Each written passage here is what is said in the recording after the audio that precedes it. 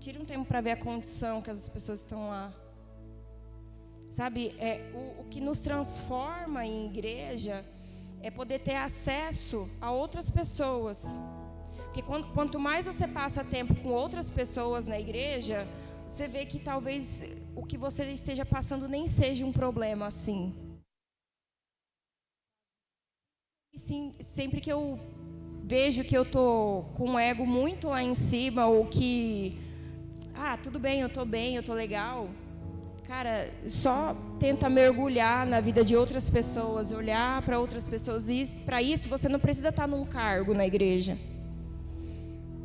Se Deus colocou algo no seu coração para que você sirva outras pessoas aqui dentro, sirva. Se Deus colocou para que você ame outras pessoas aqui dentro, ame. Não precisa pedir, não precisa esperar por alguma coisa, apenas faça.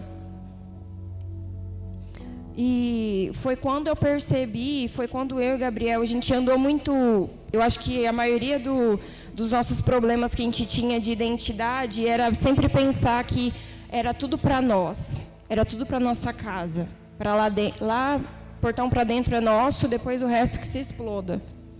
A gente estava muito mais interessado no que Deus poderia dar, o que seria a promessa, do que no próprio Deus, do que essa promessa poderia beneficiar outras pessoas também.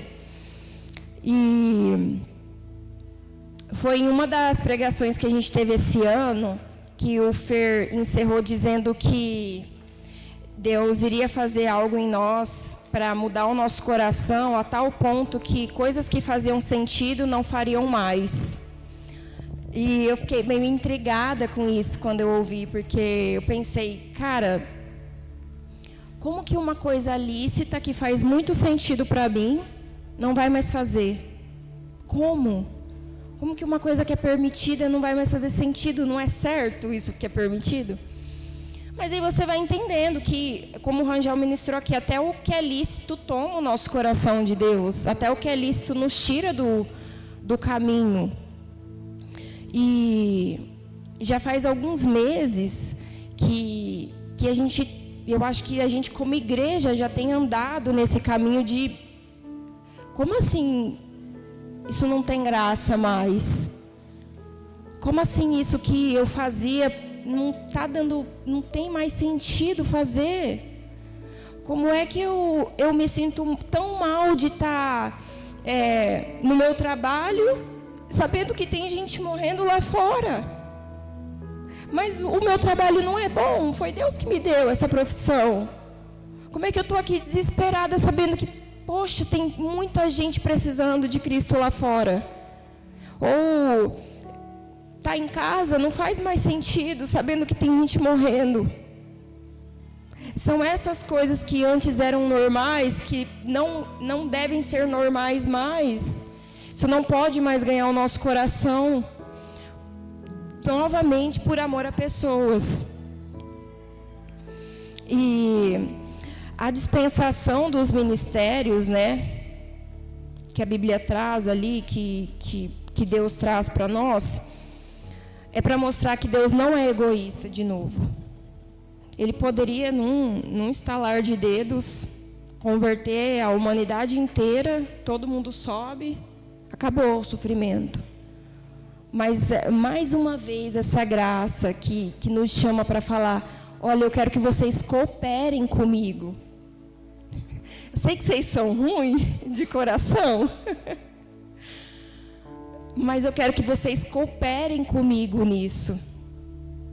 Eu fico imaginando, cara, que amor é esse?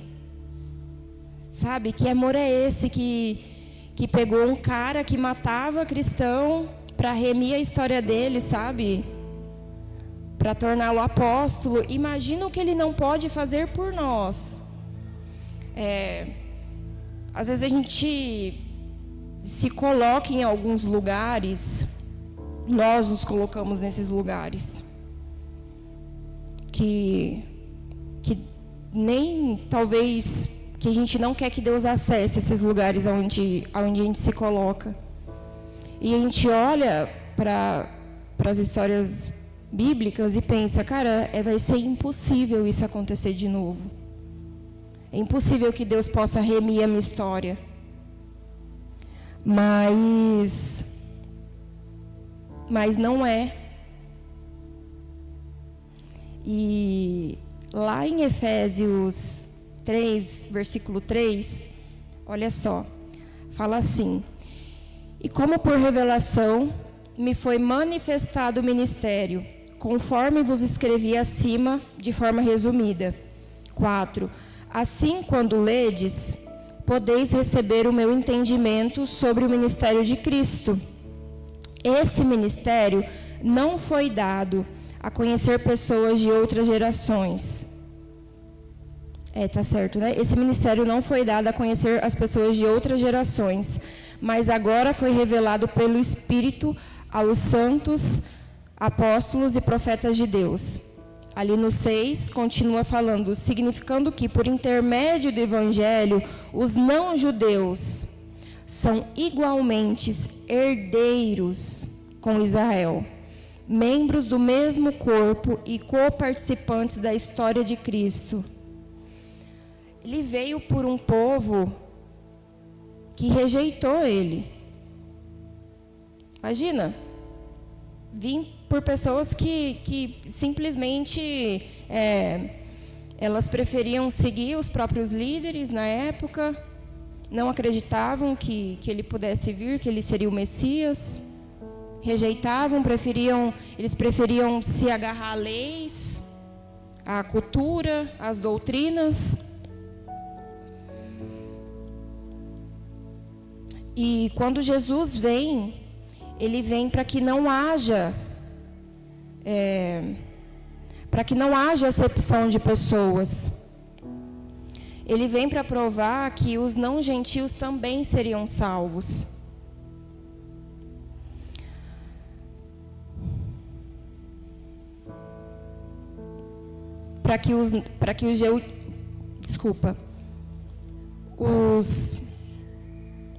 Os não-judeus seriam cordeiros de Deus. Paulo descreve aqui, olha, Jesus veio para trazer uma filiação a vocês. Antes era só um povo destinado a ele, mas esse povo rejeitou ele. Então agora ele vem para aqueles que querem, para aqueles que anseiam, para aqueles que não são herdeiros. Já que o meu povo não quis, cara, quem quer? Quem quer, quem anseia, vem. Quem anseia, vem. E para mostrar que esse povo seria os cordeiros de Deus, que entraria na filiação do mesmo corpo, fariam parte da igreja, e co-participantes da sua promessa, que teriam comunhão com o Espírito Santo também. A mesma graça que recai sobre nós, convertidos e cristãos, é a mesma graça que recai sobre as pessoas que estão lá fora, sobre aquelas que não conheceram Cristo também.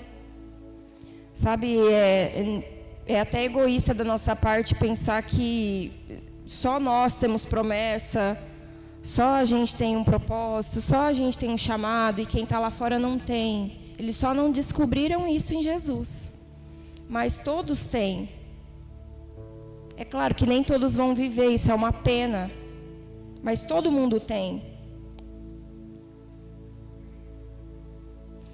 Isso me faz lembrar daquela ceia do grande banquete, né?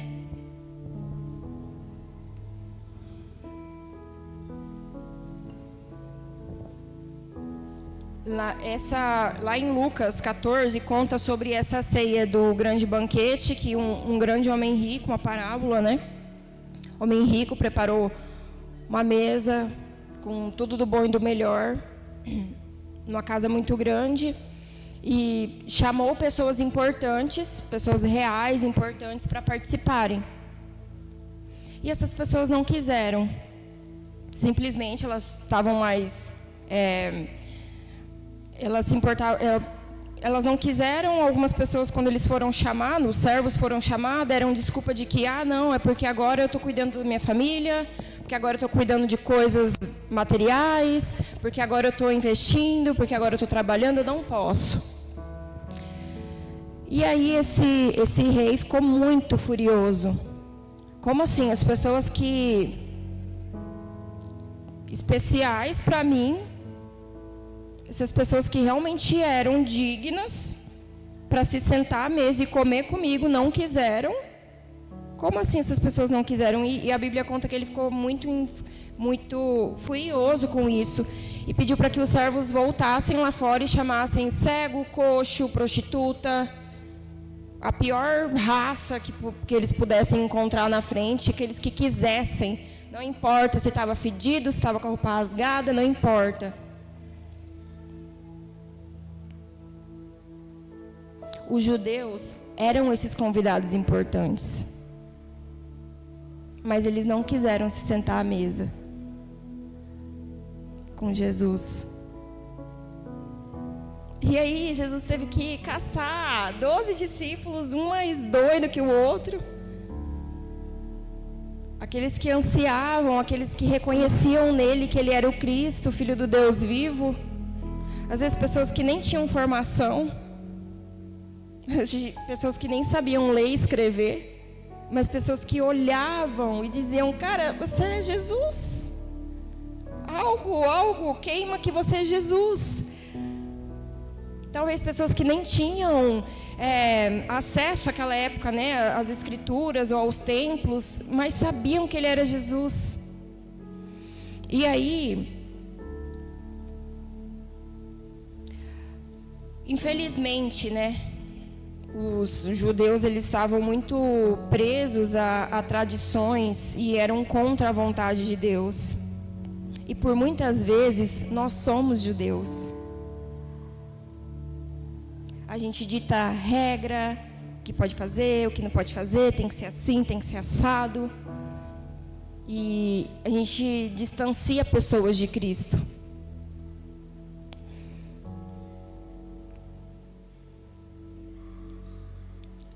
Algo que aconteceu comigo há um tempo atrás me marcou muito, porque uma pessoa me procurou.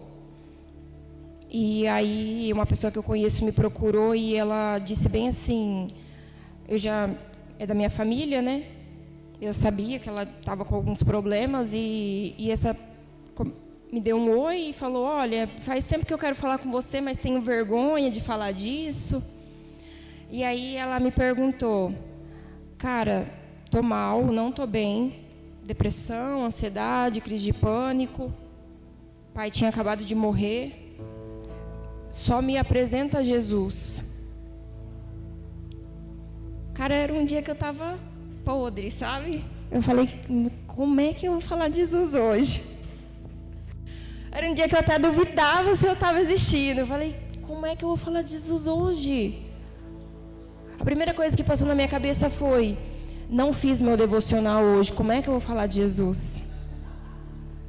Já me coloquei muito nesse lugar de, se não der tempo de fazer meu devocional, Deus não me ama, eu não sou merecedora, Ele me odeia, Ele está muito bravo. E aí eu pensei: eu não tenho nada para falar de Jesus, sabe? Vou correr ali para pegar a Bíblia, achar uns versículos e falar.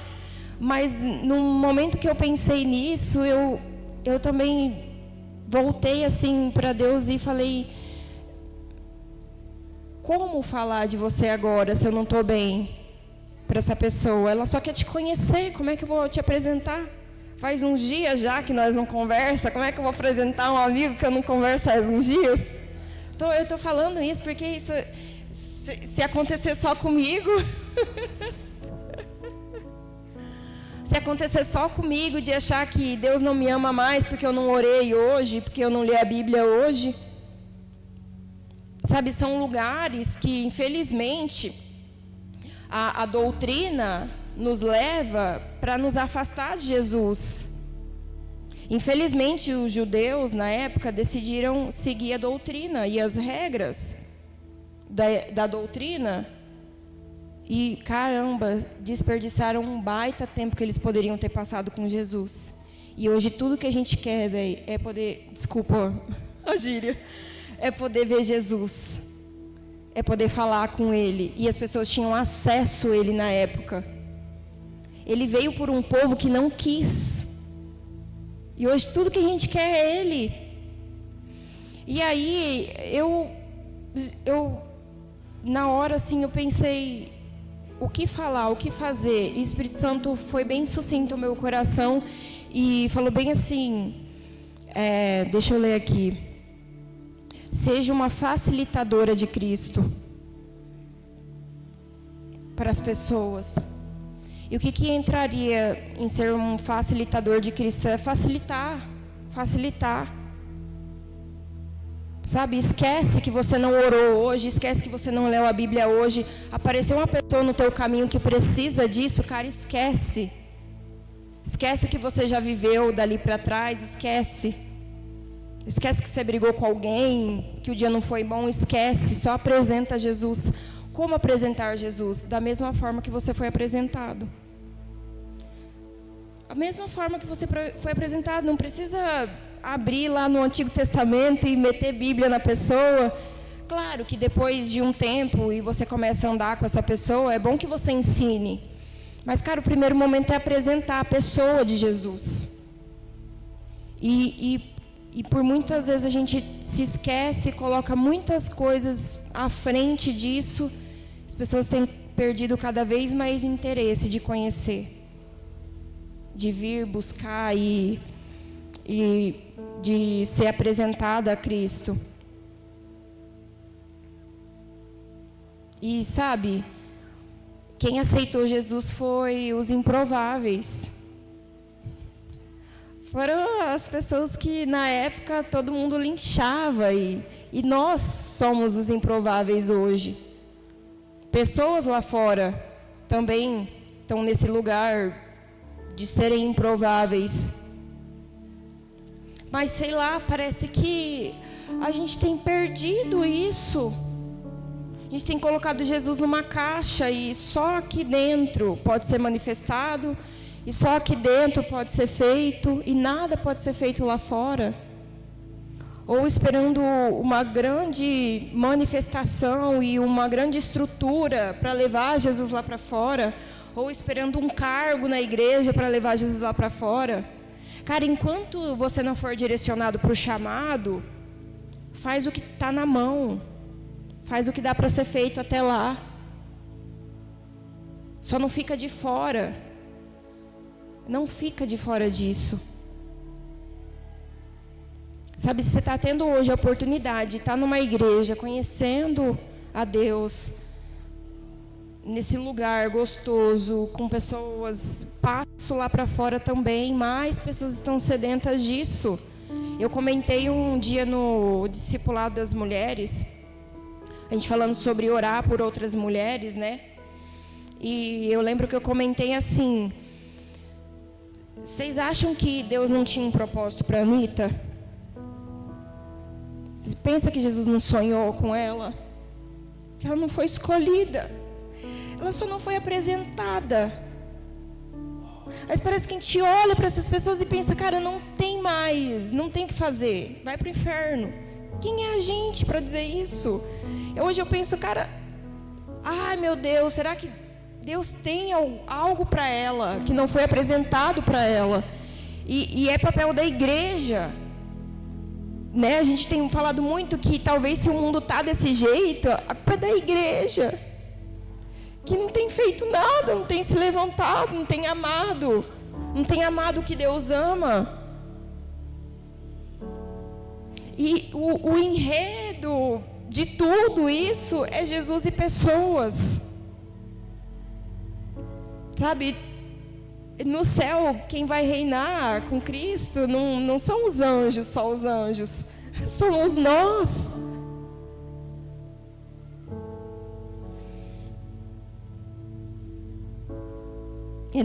É a nossa missão tornar os gentios também, os não gentios, em filhos e cordeiros do trono. Vamos lá. Lá no versículo 7, diz assim: fui nomeado ministro desse evangelho, Paulo falando, né? Fui nomeado ministro desse evangelho, segundo o dom da graça de Deus, que me foi outorgada conforme a atuação desse poder, do seu poder. Embora eu seja o menor dos menores de todos os santos, foi-me concedida a graça de proclamar aos gentios as insondáveis riquezas de Cristo. A todo momento, Paulo evidencia, cara, Ele me deu, Ele me tornou. Ele reconhece que ele era insignificante, mas ele não fica nesse lugar de insignificância. Ele não fica num lugar miserável ali, sabe? Olha, ai meu Deus, eu sou incapacitado. Ai, mas eu sou burro. Ai, mas eu não sei falar. Ai, mas eu sou tão pequeno, mas eu sou tão... Sim, reconheça que você não é nada, mas não fica nesse lugar. É reconhecer e, opa, bora levantar, que ele tem mais. Não ficar nesse lugar de lamentando que você não é nada e por conta disso você não faz nada. Paulo, ele reconhecia isso, mas ele falava, opa, peraí, ó, embora eu seja os menores dos menores, me foi concedida uma graça. E por essa graça eu me levanto e, cara, eu vou proclamar as insondáveis riquezas de Cristo para todos nós. Em outras versões, né, ali no versículo 7, ele fala...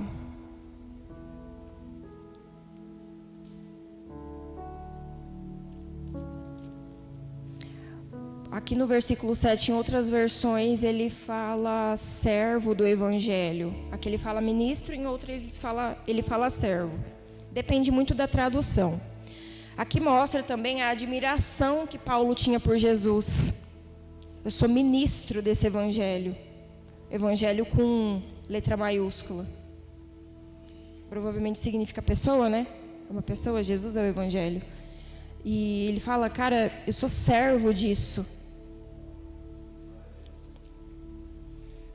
Uma admiração, né, de Paulo por Jesus. Existe algo em Cristo, e também falando aqui, ó, algo que me foi outorgado conforme a atuação desse poder. Há algo em Cristo que nós não podemos rastrear. A glória de Deus, ela é incompreensível. Não dá para descrever o que seria a glória de Deus. Há algo em Jesus, não diria que é inacessível, mas é algo que nós não podemos compreender. E é nesse lugar onde Ele quer nos encontrar nele, que a gente não compreenda mais o que está acontecendo. Apenas obedeça. Olha, Paulo, não estou compreendendo, não posso compreender a glória e o poder de Cristo.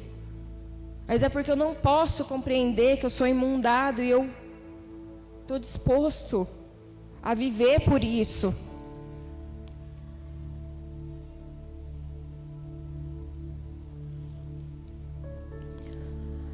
Lá em Isaías 48:10, tudo isso Paulo preso, né? Lá em Isaías 48:10, fala assim: eis que eu mesmo te refinei, todavia não como a prata, eu te provei na fornalha da aflição. Até nas nossas piores dores, até nas piores escolhas que a gente tem, são usadas para que Deus possa remir a nossa história. Deus não desperdiça nada. Nada. Até a pior escolha que você fez, de ter vivido, sei lá, desviado. Até a minha pior escolha que um dia eu tive, Ele veio para remir. Ele não vai desperdiçar nada que você tenha feito, por mais que tenha sido horrível. Ele não vai desperdiçar. Para quê? Para que a glória dele seja manifestada através disso. E talvez, assim como Paulo, passou por esses momentos de aflição, assim como Paulo passou por esses momentos de ser refinado pelo fogo, mostra que Deus quer nos levar para algum lugar com isso. Ele, por muitas vezes, vai nos refinar na aflição, nas dificuldades, nas adversidades, na angústia, na provação. Mas é para nos levar a algum lugar. Eu creio que Deus nunca coloca uma dor em nós que não seja para algum propósito. E talvez, se você estiver passando por algum momento de confusão, ou que você não esteja entendendo o que esteja acontecendo com a sua vida, cara, só crê que isso é para a glória dele. Às vezes a gente tem esse costume de falar que o diabo se levanta, né? Estou passando por alguma coisa ruim, o diabo se levantou contra mim. Cara, Deus também te coloca na aflição. Ele também pode fazer com que seu carro estrague, bata o carro. Às vezes é imprudência, mas às vezes ele pode colocar numa situação para... Ele já sabe o que tem no seu coração. Ele já sabe que você vai explodir de raiva ou não. Ele já sabe que talvez você vai desistir de andar com ele ou não. Mas ele precisa mostrar para você o que tem no seu coração. Então esses momentos, eles vêm para refinar, mas eles também vêm para mostrar o que tem em nós. Porque ele já sabe, não é? Deus não se espanta quando você grita, xinga, briga. Ele só vem para falar, olha, ainda tem isso aí dentro. Eu quero refinar isso em você.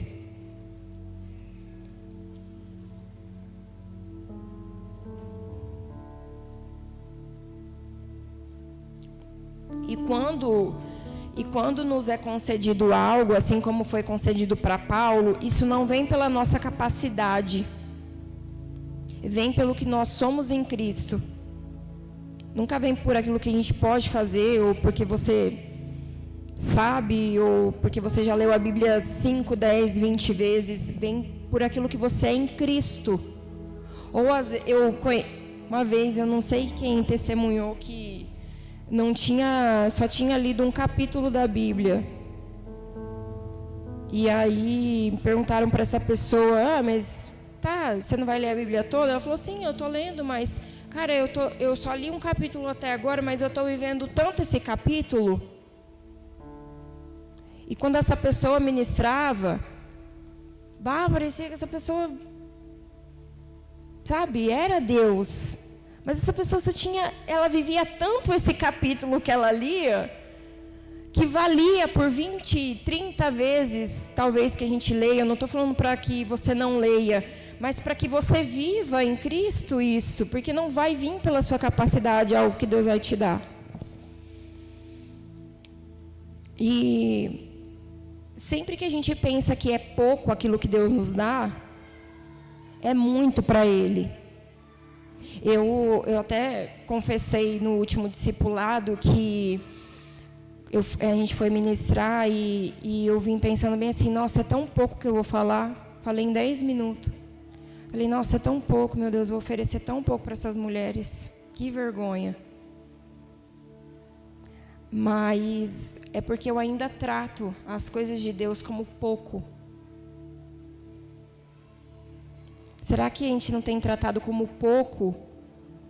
Sei lá, acolher alguém, dar uma palavra para alguém. Será que a gente não tem tratado como pouco? Sei lá, servir na porta, cuidar das crianças, ficar no data show, servir no louvor. Será que a gente não tem achado que é pouco? Sei lá, amar alguém que precisa, perdoar alguém que precisa, dar uma palavra. Nunca é pouco para Deus.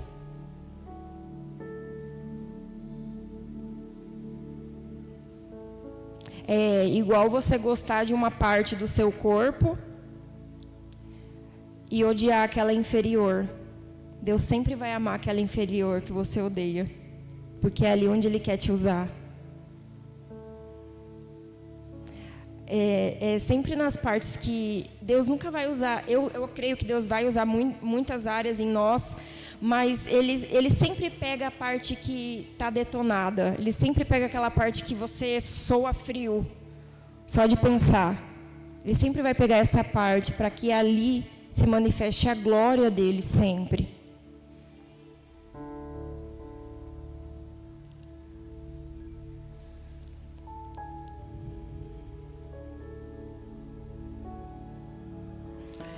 Lá no versículo 10, continuando,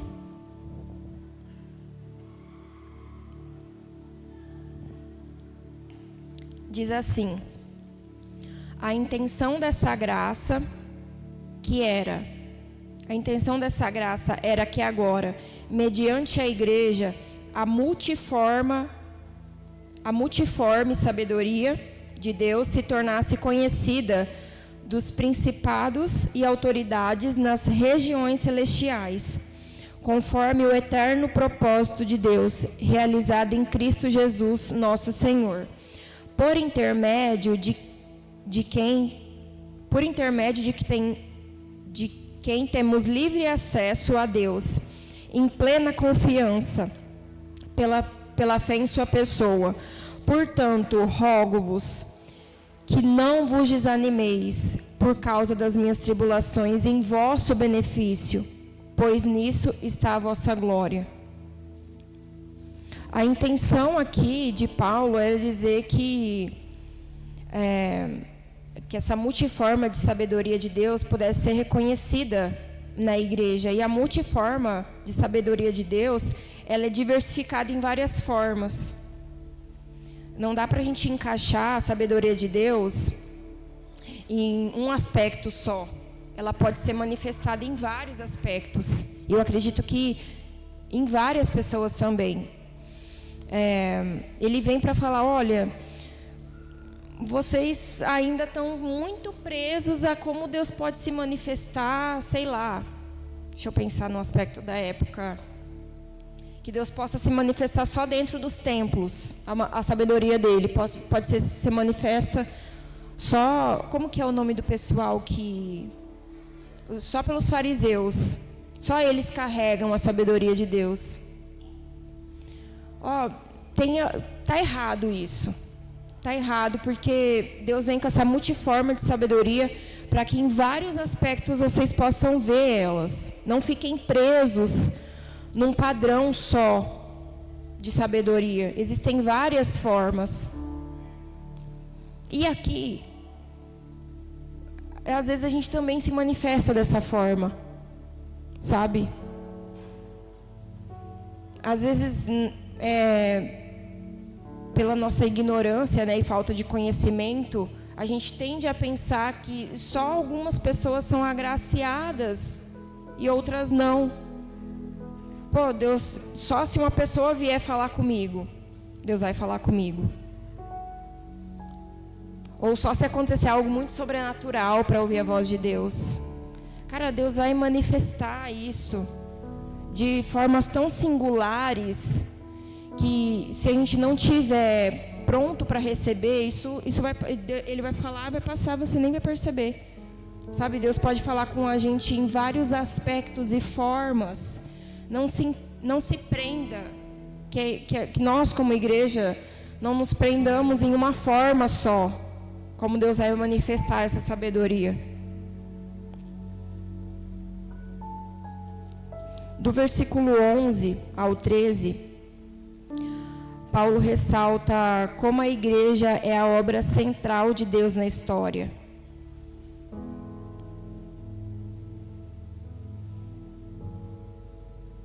A igreja, ele traz aqui também como a igreja é um agente de Deus aqui na terra, sabe?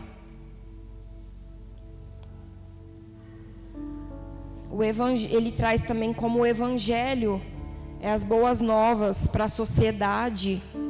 Para a sociedade. Para a nossa sociedade. Foi lá e continua sendo. É só através do evangelho que a nossa sociedade um dia vai poder ser transformada. É só através desse acesso ao Evangelho que, enfim, a política, os grandes cargos na nossa sociedade, só através do Evangelho. Não tem outra saída. E como é levado o Evangelho para a sociedade? Através da igreja. E se a igreja se omite, o Evangelho não chega à sociedade.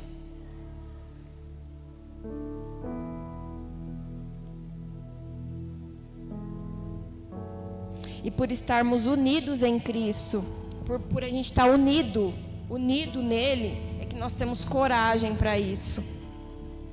Não dá para a igreja ser igreja sem Jesus. A fé produz confiança, que produz ousadia. Em Cristo nós somos ousados. Quando nós temos fé, essa fé produz confiança em quem? Em Jesus.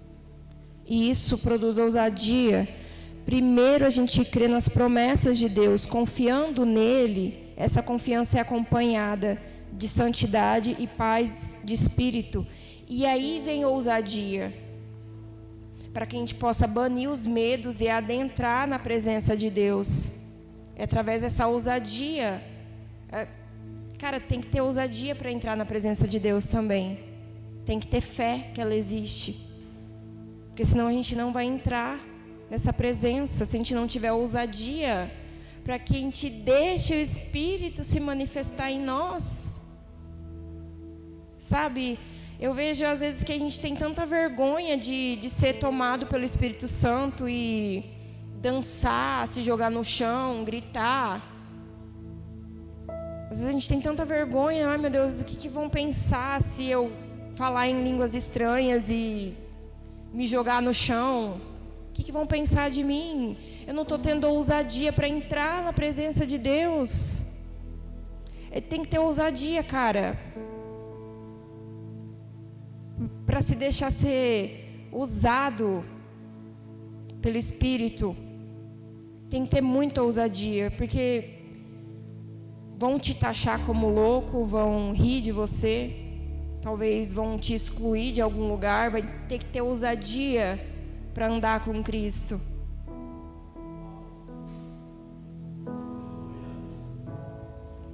Tem que ter muita ousadia, e Ele quer nos banhar dessa ousadia. Eu creio que Ele quer que nós possamos ser ousados nisso. Lá no versículo 14, diz assim: por esse motivo, dobro o meu joelho diante do Pai, do qual se deriva toda paternidade nos céus e na terra. Oro para que, juntamente com suas gloriosas riquezas, Ele os fortaleça do amago do vosso ser, com todo o poder por meio do Espírito Santo, e que Cristo habite por meio da fé em vosso coração, a fim de que, arraigados e fundamentados em amor, vos possa ser possível, em união com todos os santos, compreender a largura, o comprimento, a altura, a profundidade dessa fraternidade, e assim entender o amor que Cristo, que excede todo entendimento, para que sejais preenchidos de toda a plenitude de Deus. Aquele que é poderoso de realizar infinitamente mais do que pedimos, de tudo o que pedimos ou imaginamos, de acordo com o poder que age em nós, com seu poder que age em nós. A Ele seja toda a glória da Igreja em Cristo Jesus, por todas as gerações e por toda a eternidade. Amém. Quero trazer uns aspectos aqui também para a gente fechar. Paulo, ele encerra orando. Ele ora pedindo para que os cristãos sejam abençoados. E existem várias formas da gente ser abençoado, sabe? Não é só com bens materiais, claro, com milagre, mas não é só isso. Ele pede, cara, eu quero que vocês sejam abençoados em entendimento e discernimento, porque se vocês tiverem isso, vocês têm tudo. Eu quero trazer a base do evangelho da bênção para vocês. A bênção de fato é essa.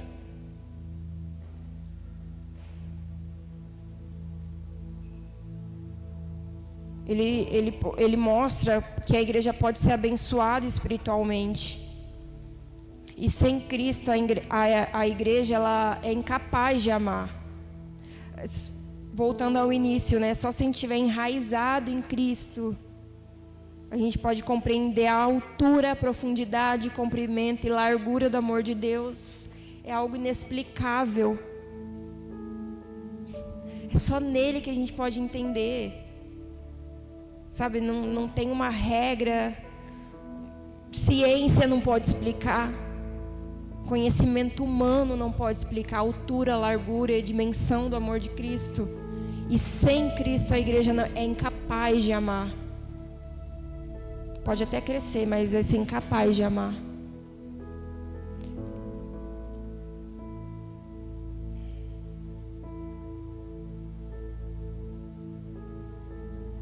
E só quando a gente entender quem Cristo é, nós seremos preenchidos pela plenitude de Deus, vivermos plenos em Deus. Quando fala sobre que o amor de Cristo excede todo entendimento, eu gosto dessa passagem porque mostra que, para entrar, para me conhecer, você vai ter que deixar lá fora tudo que você sabe. Para entrar aqui dentro, deixa lá fora. Deixa a faculdade, deixa quantos livros você leu, deixa a sua profissão, deixa tudo que você já ouviu falar de mim, deixa tudo lá fora. Nada aqui dentro vai servir.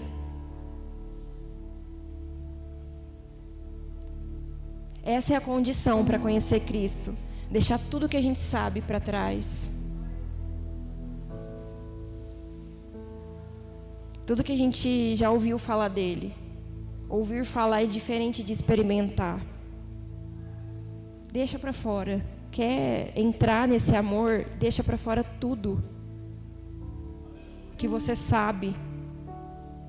A gente vai continuar falando sobre isso para o resto dos tempos. Deixa tudo para fora. Quando for entrar na presença de Deus, não tenha pressa de sair dessa presença. Foi domingo retrasado, eu acho que foi retrasado, que eu ouvi essa palavra. Cara, você tem muita pressa para sair da minha presença. Você já entra com intenção de sair. Você nem entrou, você nem adentrou. Eu nem te recebi, você já quer sair, porque você está preocupada com outras coisas.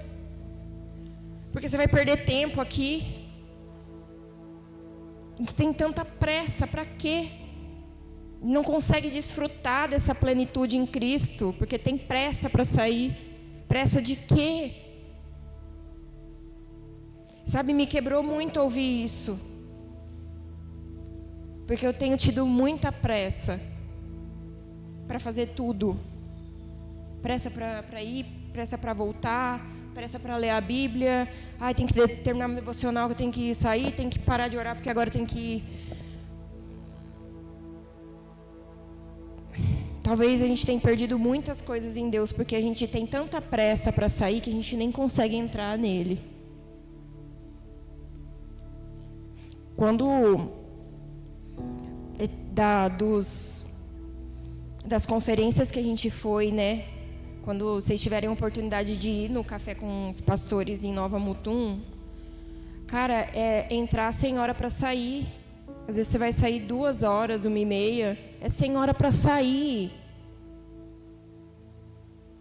Quando a gente vai nas conferências, né, meia-noite, como assim? Entramos aqui 7 horas, 6 horas, é sem hora para sair. A presença de Deus não tem hora para chegar.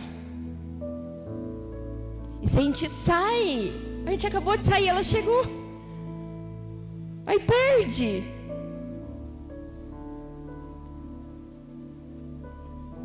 que a gente não tenha pressa de sair, mas que a gente esteja sedentos para adentrar nesse amor como igreja, todos juntos, sem tirar ninguém. Efésios vai trazer essa questão de andar como igreja, que a Cláudia ministrou domingo passado, falou muito comigo sobre, tá vendo que alguém está saindo? Traz de volta. Não deixa sair, traz de volta. Vamos caminhar todo mundo junto, não deixa ninguém sair não. É como igreja. Das coisas mais marcantes na minha vida aconteceram aqui dentro como igreja. Quando eu estava andando com a igreja, nunca foi sozinha. De visão, de dom, enfim, de línguas, de coisas, e foi como igreja, nunca foi sozinha dentro de um quarto. Foi como igreja, por isso que a gente fala tanto aqui, não se dispersem, vamos andar junto. Andar junto às vezes é tomar um café, ficar perto, às vezes para não falar nada, mas não saiam dessa comunhão. Se você ainda não tem comunhão, nos procure.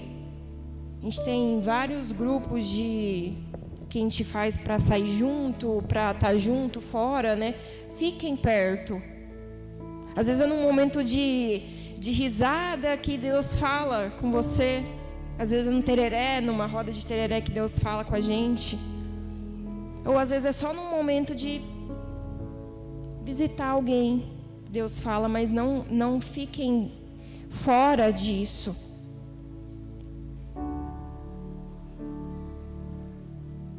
E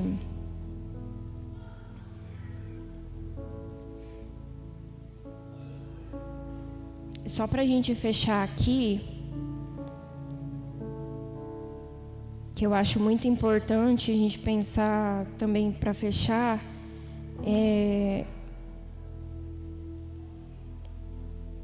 no quanto, voltando também para as mentiras que o diabo tem colocado no nosso coração, para que a gente não permaneça como igreja, por muitas vezes também eu penso em desistir de estar aqui. Falo, cara, tem nada para oferecer aqui. Às vezes esses dias eu estava olhando assim e falei, só ando com gente que entende. Cara, às vezes até gaguejo para falar. André, o que você...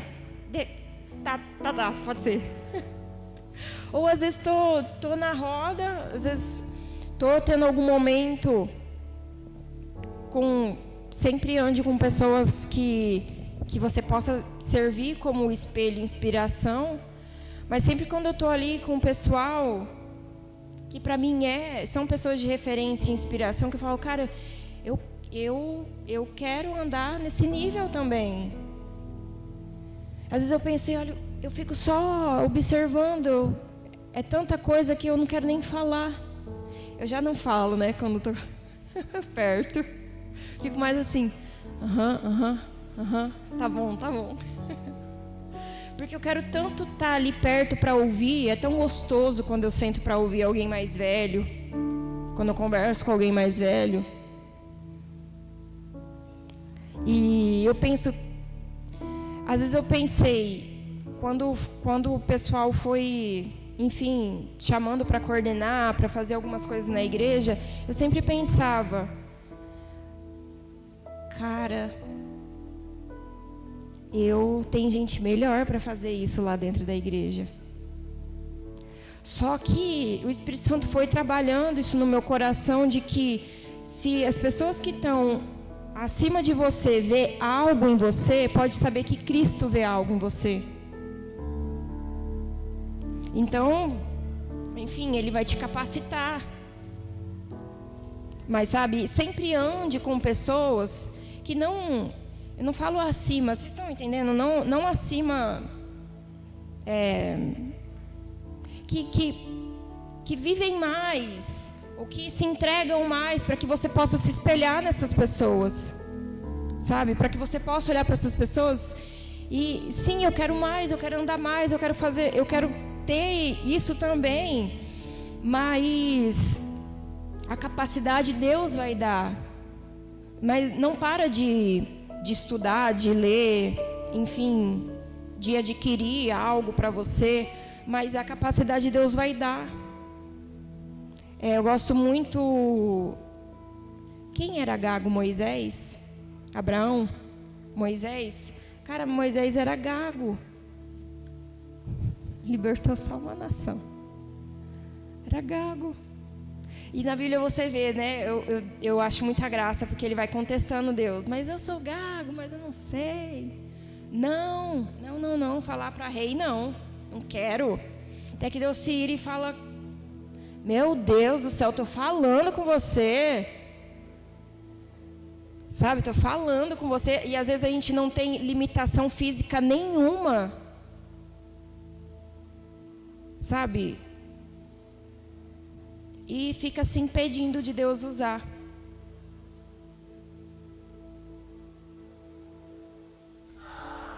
Mas é só através, para encerrar, né? Só através do nosso amor a Cristo e pessoas que a gente deixa tudo isso para trás. Quando você passa a amar pessoas e entender que elas precisam, que não é mais você que precisa, as pessoas que precisam disso que Deus te deu, você vai deixando essas cargas para trás. Você vai parando de acreditar nessas mentiras. Quando você vê que uma pessoa, cara, está pior que você pensa, não dá para pensar em mim agora. Não dá para pensar se eu gaguejo, se eu não sei esse versículo, se eu não orei. Não dá para pensar, essa pessoa está necessitando. Deixa isso para trás um pouco. E que as mentiras do diabo, elas não podem prevalecer na nossa caminhada como cristão. Pois quem nos chamou tem as chaves do inferno. Apocalipse vem para provar que dá tudo certo no final.